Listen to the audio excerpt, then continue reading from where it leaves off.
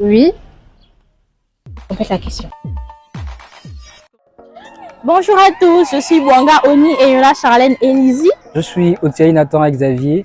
Je m'appelle Enia. Alors, je m'appelle Ningon Kogeteri Laurence. Je me nomme Florène Moudouma Malegui. Je suis Daryl Brian Meunier et je suis également président du club d'art oratoire de l'Université internationale de Libreville.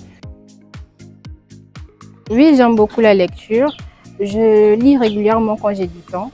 Oui, j'aime beaucoup la lecture. Ça me permet de découvrir de nouveaux mots et c'est un espace où mon cerveau et toutes mes personnalités peuvent se reposer. Très bonne question. La lecture fait partie, si je peux le dire ainsi, de ma nature. J'adore la lecture. Des mots ne sauraient suffire pour exprimer à quel point j'adore la lecture. Effectivement, j'aime la lecture. Je dirais que c'est une activité très intéressante, surtout si vous m'apportez du Camus. Oui, j'aime la lecture. Maintenant, ça dépend de qu'est-ce que je lis. C'est pas tout que je lis aussi. L'idée m'est déjà traversé l'esprit, mais malheureusement, je n'ai pas pu concrétiser.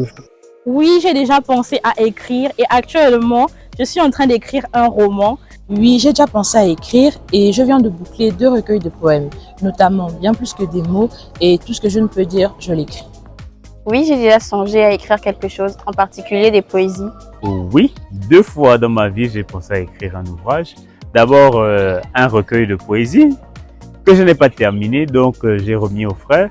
Et maintenant, je suis en train d'écrire un essai littéraire sur la réflexion de la perfection. Oui, j'ai déjà pensé à écrire. D'ailleurs, je suis sur mon œuvre qui s'intitule Le revers du miroir.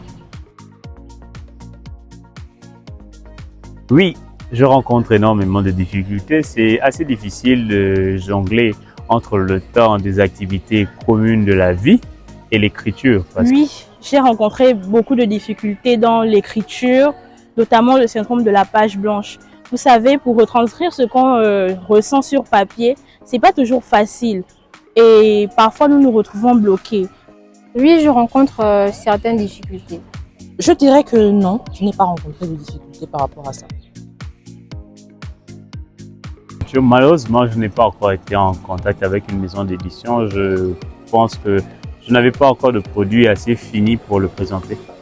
Oui, j'ai déjà été en contact avec 2 maisons d'édition, mais malheureusement, ça ne s'est pas passé comme prévu.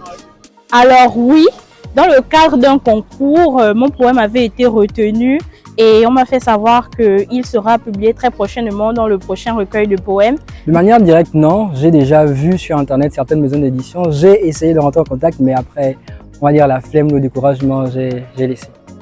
Non, je n'ai jamais été en contact avec une maison d'édition.